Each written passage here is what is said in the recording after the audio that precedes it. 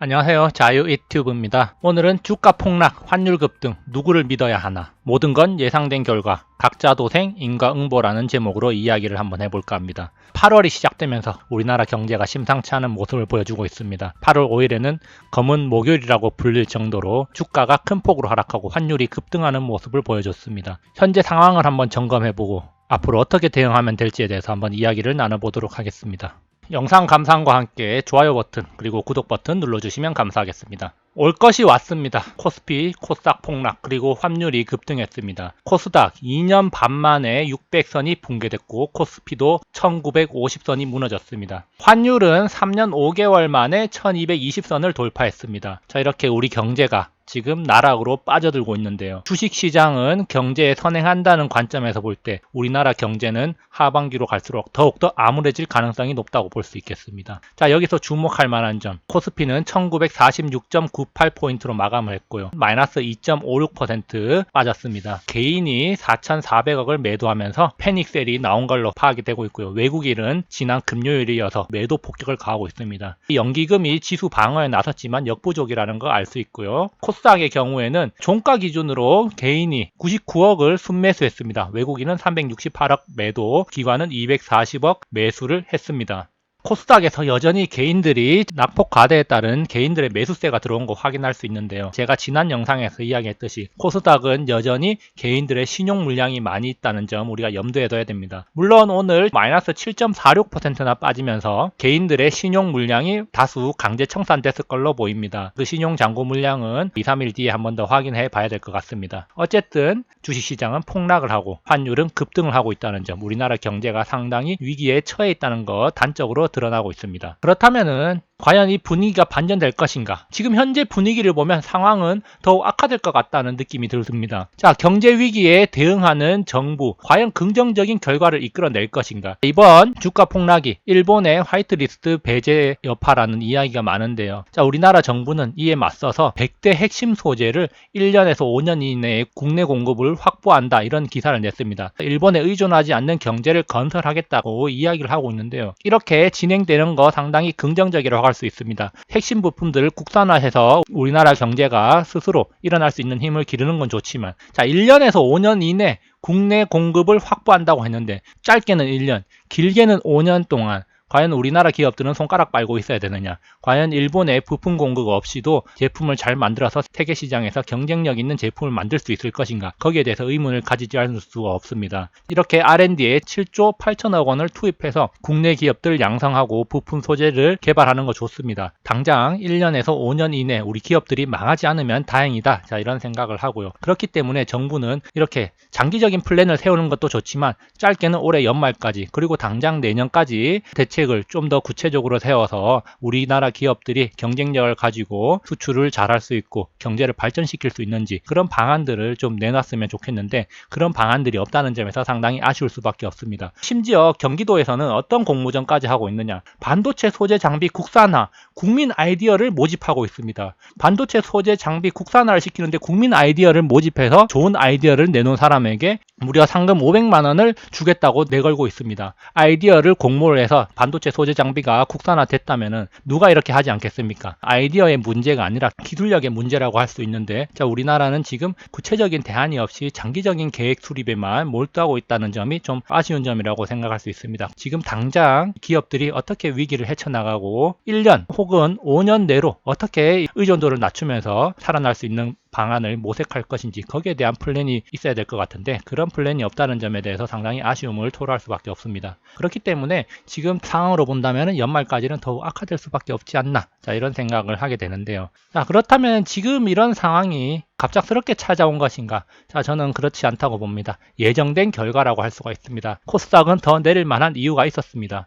자, 폭락을 했지만 여전히 부담스러운 밸류에이션이었다. 지난 7월 30일 날 업로드한 영상입니다. 코스피 코스닥 폭락 관전 포인트라는 영상에서 코스닥 지수는 여전히 부담스러운 수준이라는 이야기를 했습니다. 자, 코스닥이 마이너스 4%포인트 빠지면서 여러 가지 이야기가 나왔었는데요. 코스닥은 절대 저평가가 아니라고 이야기를 했습니다. 코스닥 PBR은 여전히 여전히 높은 수준이다. 자, 그렇기 때문에 코스닥은 더 내릴 만한 이유가 있다는 이야기 했었고요. 특히 제약 바이오주의 비중이 컸고 제약 바이오주가 고평가 논란에서 자유롭지 못했다는 점에서 하락의 가능성이 높았고 오늘 마이너스 7%가량 빠지면서 제약 바이오주가 하락을 주도했다 이렇게 볼 수가 있겠습니다. 자, 두 번째로 여전히 신용잔고가 많다는 겁니다. 겁없는 개미들이라는 제목을 붙였는데요. 아직도 용감한 개미가 많았다. 8월 5일 폭락으로 대거 강제 청산됐을 가능성이 높습니다. 자, 마이너스 4% 빠진 날 그 이후에도 신용잔고는 많이 청산되지 않았습니다. 자, 그렇지만 8월 5일 지금 마이너스 7%가 빠지면서 강제 청산이 대거 이루어졌을 걸로 파악이 되고요. 자, 개별 종목으로는 10% 이상 빠진 종목들이 너무나도 많습니다. 자, 이런 종목들은 대부분 강제 청산됐을 가능성이 높고 그렇기 때문에 코스닥의 경우에는 추가적으로 하락을 하더라도 그 하락의 폭이 크지 않을 것이다 이렇게 예상을 해볼 수 있습니다. 자, 그리고 또 한 가지 예고된 결과, 환율 역시 예고된 결과였다. 자, 제가 7월 23일 날 업로드한 영상인데요. 한국 환율의 짧은 미래, 바보야 문제는 경제야라는 영상이었습니다. 자, 원달러 환율은 경제 상황이 큰 영향을 준다고 제가 이야기했습니다. 자, 그러면서 우리나라 환율은 달러 인덱스의 움직임보다 경제 상황에 더 큰 영향을 받는다. 즉, 수출이 잘 되느냐, 우리나라 경제가 살아나느냐, 그렇지 않느냐에 따라서 환율이 영향을 받는다고 이야기했습니다. 자, 우리나라 경제는 지금 최악으로 치닫고 있다 그랬습니다. 거기다가 설상가상으로 일본의 규제까지 겹쳤다. 그리고 잇따른 경제 성장률 하향과 매분기 최악을 향해 달려가는 경제. 그렇기 때문에 우리나라는 환율이 오를 수밖에 없는 상황에 처해있다고 제가 이야기를 했었고요. 그리고 결과적으로 오늘 1200원을 뚫고 올라가면서 폭등을 했죠. 자, 그러면서 제가 또 지난 영상에서 바클레이즈 보고서를 제가 소개를 했습니다. 바클레이즈에서 한국 환율에 대한 보고서를 내면서 한국 경제 침체 우려, 그렇기 때문에 1200원을 넘을 것이라는 전망이 나왔었고요. 경제는 최악의 상황으로 치닫고 있고 바클레이즈 보고서가 나오면서 외국인의 투자 심리가 위축될 가능성이 있다고 언급을 했습니다. 그리고 경제 침체 장기화 우려로 외국인 자금이 빠져나간다면 1200원이 뚫리면서 환율은 1200원 터치할 가능성이 높고 1200원이 뚫리면 한 차례 크게 흔들릴 수 있다. 다시 말해서 한 차례 크게 급등을 할 수 있다. 이런 이야기를 했습니다. 그런데 8월 5일 날 1200원이 뚫리는 동시에 크게 오르면서 1216원까지 찍었는데요. 우리나라 환율이 이렇게 급등하면서 당분간은 상당히 불안한 흐름을 보여줄 것이다. 이렇게 예상을 해봅니다. 자, 그러면 지금의 상황이 어떤 상황이냐? 개인적으로는 지금 예고된 결과를 확인하는 과정이 아닌가라는 생각을 하게 됩니다. 자, 제가 지난 7월 19일 날 올린 영상인데요. 한일 갈등, 미국 월스트리트의 시선이라는 영상이었습니다. 결론 부분에서 일본의 행동에 대해 미국이 동의했을 것이라는 미국 월가의 소문이 있다고 소개를 했습니다. 자, 그러면서 이런 소식이 들려오는 이유는 한국의 미일 연합 작전이라는 것을 대놓고 알려주고 있는 거다. 그렇기 때문에 이 미국이 바라는 것은 한미일 연합이 공조 체계를 지속적으로 유지해 줄 것을 바라는 것이므로 우리나라가 어떤 판단을 하는지에 따라서 상당히 그 결과가 달라질 것이라고 이야기를 했습니다. 자, 그런데 지금 한국은 지소미아를 폐기할 수도 있다는 이야기가 지속적으로 나오고 있다는데요. 미국 국무부에서는 이 협정이 연장돼야 된다고 이야기를 한다고 말했죠. 자, 그리고 또 한 가지, 한일 무역 분쟁의 결말이라는 영상을 제가 7월 27일 날 업로드했습니다. 그러면서 대체로 미국의 시나리오대로 흘러가고 있다고 이야기를 했습니다. 그런데 미국은 지금 중국이라는 변수를 어떻게 처리할 것인지를 우리가 주목해야 한다고 이야기했습니다. 그러면서 우리나라가 최근 직면한 사안에서 어떤 결정을 내릴 것인지도 주목해야 된다고 이야기했죠. 자, 미국이 원하는 것은 바로 한미일 공조였습니다. 한국의 행동이 중요한 역할을 한다고 이야기를 했었는데요. 자, 미국은 지금 중국도 손보고 있고 한국은 어디와 커플링되고 있는지를 우리가 생각해보면 과연 미국이 지금 우리나라를 어떤 시선으로 바라보고 있는지를 우리가 생각을 할 수가 있습니다. 자, 그렇기 때문에 이 미국의 빅픽처는 우리가 생각하는 것 이상일 수 있다. 제가 이렇게 말하면서 이야기를 마무리했는데요. 그 결과는 올해 연말쯤에 밝혀지지 않을까라는 생각을 하게 되는데 저도 대한민국의 국민으로서 그리고 하나의 투자자로서 상당히 불안할 수밖에 없습니다. 그리고 또 한 가지 지금 삼성이 상당히 위기에 처해 있다 이런 이야기가 나오고 있는데요. 과연 삼성이 어떤 결정을 하는지도 좀 더 지켜봐야겠습니다. 그러면서 지금 일본과 미국이 어떤 행동을 취하고 있는지 한번 살펴볼 필요가 있습니다. 자, 일본은 최근 한국을 화이트리스트에서 제외하기로 결정을 했습니다. 자, 이와 동시에 트럼프가 어떤 이야기를 했느냐? 중국과의 무역 협상이 원만히 진행되지 않는다고 이야기하면서 관세를 부과하기로 결정을 했습니다. 자, 그러면서 지금 우리나라 화이트리스트 배제 여파로 원달러 환율이 1200원을 돌파했다. 일본의 무역 규제로 인해서 우리나라 경제가 더 안 좋아질 것이라는 이야기가 많고, 이에 따라서 경제에 대한 불안감으로 인해서 원달러 환율이 1200원 돌파했다는 겁니다. 그러면서 3년 5개월 만에 1220원을 육박했다는 기사 아까 전에도 확인해 봤고요. 그러면서 우리나라 문 대통령이 일본에 맞대응을 하겠다라고 이야기하면서 모든 책임은 일본에 있다라고 이야기를 하고 있습니다. 자, 그래서 일단은 우리나라는 일본과 결사항전을 예고하고 있고요. 자, 트럼프가 관세 폭탄을 했답니다. 그러면서 이에 따라서 위안화가 11년 만에 7위안을 돌파했다는 거죠. 자, 위안화 7위안선 돌파, 이것은 11년 5개월 만에 처음 있는 일이랍니다. 자, 그만큼 중국 경제 또한 위기로 치닫고 있다는 점, 우리나라하고 비슷한 흐름을 보이고 있습니다. 그러면서 중국에서 또 무엇을 말했느냐? 미국의 추가 관세 부과 시 중국도 반격을 할 것이다. 결과는 미국 책임이다. 이렇게 미국에게 책임을 떠넘기고 있죠. 무역협상에서 미국의 조건을 받아들이지 않았기 때문에 트럼프가 관세 폭탄을 때리겠다는 건데, 무역전쟁의 결과는 미국 책임이라고 말하고 있는 겁니다. 중국 경제가 망가지는 건 중국 정부 스스로 책임을 져야 될 문제인데, 자, 이렇게 책임을 떠넘기는 행보를 보이고 있습니다.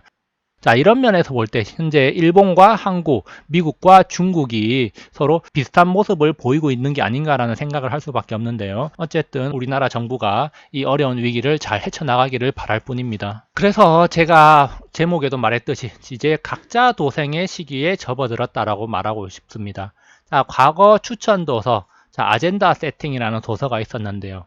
넘쳐나는 뉴스, 그 중에서도 나에게 도움될 만한 진짜 정보를 찾아야 된다고 제가 다시 한번 말씀드리는 바입니다. 이 책은 좀 읽기가 쉽지 않습니다. 재미가 없는 책인데요. 그렇지만 우리가 이런 책도 읽어야지 우리 인생에 도움이 됩니다. 그리고 또 과거 추천져서 제가 이기적 유전자라는 책을 추천했습니다. 왜 우리의 역사는 이렇게 반복되는 느낌일까? 우리나라 정부 관계자들도 역사를 많이 들먹이고 있는데요. 왜 우리의 역사는 이렇게 반복되는 느낌이 들 것인가? 자, 이 책을 읽으면 어느 정도 이해가 될 수도 있습니다. 그렇기 때문에 제가 과거에 추천 도서로 추천을 했던 책이고요. 자, 이런 심란한 시기에 이런 책들을 읽으면서 자신의 교양을 쌓고 세상을 보는 눈을 좀 더 넓힐 수 있었으면 좋겠습니다. 자, 그러면서 제가 오전에 네이버 실검을 한번 살펴봤습니다. 자, 오전 8시 반에서 11시 반 기준인데요.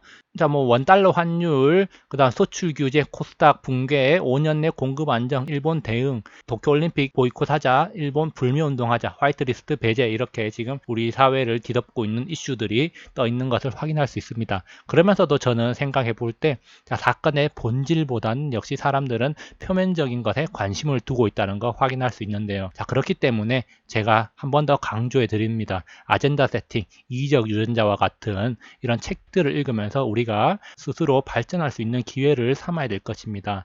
우리는 이런 표면적인 사건보다는 본질에 좀 더 접근을 해야지만 우리가 좀 더 나은 삶을 살 수 있다고 생각을 합니다. 자, 제가 각자 도생이라는 말을 자주 하고 있습니다. 자신의 자산을 스스로 지켜야 된다는 것입니다. 쓸데없는 소음을 멀리하고 우리는 여러 가지 정보 속에서 올바른 정보를 찾아야 됩니다. 나에게 소중한 돈입니다. 그렇지만 다른 사람들은 내가 힘들게 번 돈, 나의 소중한 돈을 가볍게 여기는 경향이 있습니다. 그렇기 때문에 어떤 조언을 받더라도 그냥 조언으로 받아들이면서 자기가 그 본질을 파악하고 스스로 판단할 수 있는 능력을 길러야 됩니다. 과거에 어떤 분이 여러 가지 문의를 해주셨고 거기에 대한 답변을 단 것을 제가 하나 소개하겠습니다. 자, 이분은 지금 자산운용사에서 투자 상담을 했다고 합니다. 그러면서 미국의 아마존, 일본의 소프트뱅크, 그리고 한국의 삼성전자 주식을 사려고 자산운용사에 갔는데, 자산운용사에서는 아마존 20%, 소프트뱅크 20%, 삼성전자 20%, 그리고 셀트리온과 JW생명과학 합쳐서 40%를 추천했다고 합니다. 그러면서 제가 댓글로 이 셀트리온과 JW생명과학을 매수하는 것은 상당히 위험한 일이라고 이야기를 했습니다. 셀트리온과 JW생명과학을 추천한 자산운용사 직원도 역발상 투자, 많이 하락했으니까 오를 것이라는 기대감으로 사는 게 좋을 것이다 라고 이제 추천을 했는데요. 그렇지만 저는 이 역발상 좋아하다가 역관광 당할 수 있으니 조심하라고 언급을 했습니다. 업종 퍼에 비해서 낮다고 무조건 저평가라고 볼 수 있는가? 무조건 그런 건 아니라고 제가 이야기를 한 것이죠. 제가 이런 이야기를 해준 게 약 한 달 전인데요. 8월 5일 기준으로 셀트리온의 주가를 보면은 지금 어떻습니까? 6월 말부터 지금까지 상당히 많이 떨어진 거 확인할 수 있습니다. 21만 원대에서 지금 15만 원이 깨졌는데요. 약 30% 이상 떨어진 거 확인할 수 있습니다. 만약에 그게 자기 돈을 투자하는 것이라면 그렇게 역발상 투자를 하라고 조언을 했을까? 자, 저는 거기에 대해서 한번 의구심을 가질 수밖에 없는데요. 그렇기 때문에 제가 하는 조언도 마찬가지입니다. 조언은 그냥 조언으로 받아들이고 자기가 스스로 판단을 해서 자기의 자산을 지키고 불려나가는데 우리가 집중을 해야 됩니다. 그러기 위해서는 제가 누누이 말씀드리는 거 스스로 공부를 하고 올바른 정보를 찾아낼 수 있도록 노력을 해야 된다는 것입니다. 결론입니다. 자, 지금 분위기로 봐서는 현재 상황이 쉽게 봉합될 것 같지는 않습니다. 그렇기 때문에 8월 한 달 동안 코스피가 어떻게 움직일 것인지 한번 주목해 볼 필요가 있습니다. 물론 코스닥은 지금 피바다가 되고 있는데요. 피가 흥건하게 고여야지 그곳에서 꽃이 필 것이라고 생각이 됩니다. 자, 그러면서 올해 연말에는 대한민국의 미래가 결정될 것 같다는 생각을 하고 있습니다. 미래가 긍정적으로 가든 부정적으로 가든 어쨌든 올해 또는 내년 초에 대한민국의 운명이 결정되지 않을까 이런 생각을 하는데요. 자, 여기에 대해서도 우리가 좀 대비를 할 필요가 있어 보입니다. 결국은 각자 도생이다. 넘쳐나는 정보 중에서 우리는 올바른 정보를 판별할 능력을 길러야 됩니다. 그래야만 살아남을 수 있는 것입니다. 안전자산에 대한 수요가 지금 폭발적으로 늘어나고 있습니다. 달러, 금과 은 등 안전자산에 대한 수요가 많이 늘어나고 있다는 점 우리는 충분히 확인할 수 있습니다. 자, 그리고 또 중요한 것, 정부의 말은 반만 믿도록 합시다. 완전하게 믿다가 지금 쪽박 차는 게 지금 세상입니다. 자, 2년째 경기가 좋아질 것이다. 기다려 달라라고 이야기를 하고 있습니다. 그런데 지금 결과는 어떻습니까? 2년째 꼬라박고 있는 게 현실입니다. 자, 그리고 서울 부동산 하락할 일만 남았다고 여러 차례 이야기한 것 같습니다. 그런데 지금 서울 부동산은 오히려 상승하고 있습니다. 자, 제가 과거에 올린 부동산과 관련된 영상을 통해서도 저는 서울 부동산이 상승할 가능성이 높다고 많은 이야기를 했고 저는 상승에 베팅을 하고 있다고 이야기를 했습니다. 자, 지금 결과는 어떤지 뉴스 기사와 부동산 시세 조금만 찾아보면 확인할 수 있습니다. 자, 그러면서 오늘도 여러 가지 발언이 나왔고 최근 발언 중에서도 눈여겨볼 만한 발언들이 있습니다. 제가 하나하나 다 소개해 드리지는 못하는데요. 일단 결론은 조심하자는 겁니다. 조심해서 나쁠 것 없습니다. 자, 지금 상당히 안 좋은 상황이 전개되고 있고 개인적으로 생각했을 때 지금 국익을 최우선으로 하는 결정이 나오고 있는 것 같지는 않습니다. 그렇기 때문에 항상 조심하면서 지금의 위기 상황을 잘 버텨냈으면 좋겠습니다. 자, 그래서 오늘은 현재 상황을 한번 짚어봤고요. 그리고 우리가 어떤 자세를 취하면 좋을지에 대해서도 한번 이야기를 해봤습니다. 여기까지 영상을 감상해 주셔서 감사하고요. 항상 즐거운 하루 보내시기 바랍니다. 감사합니다.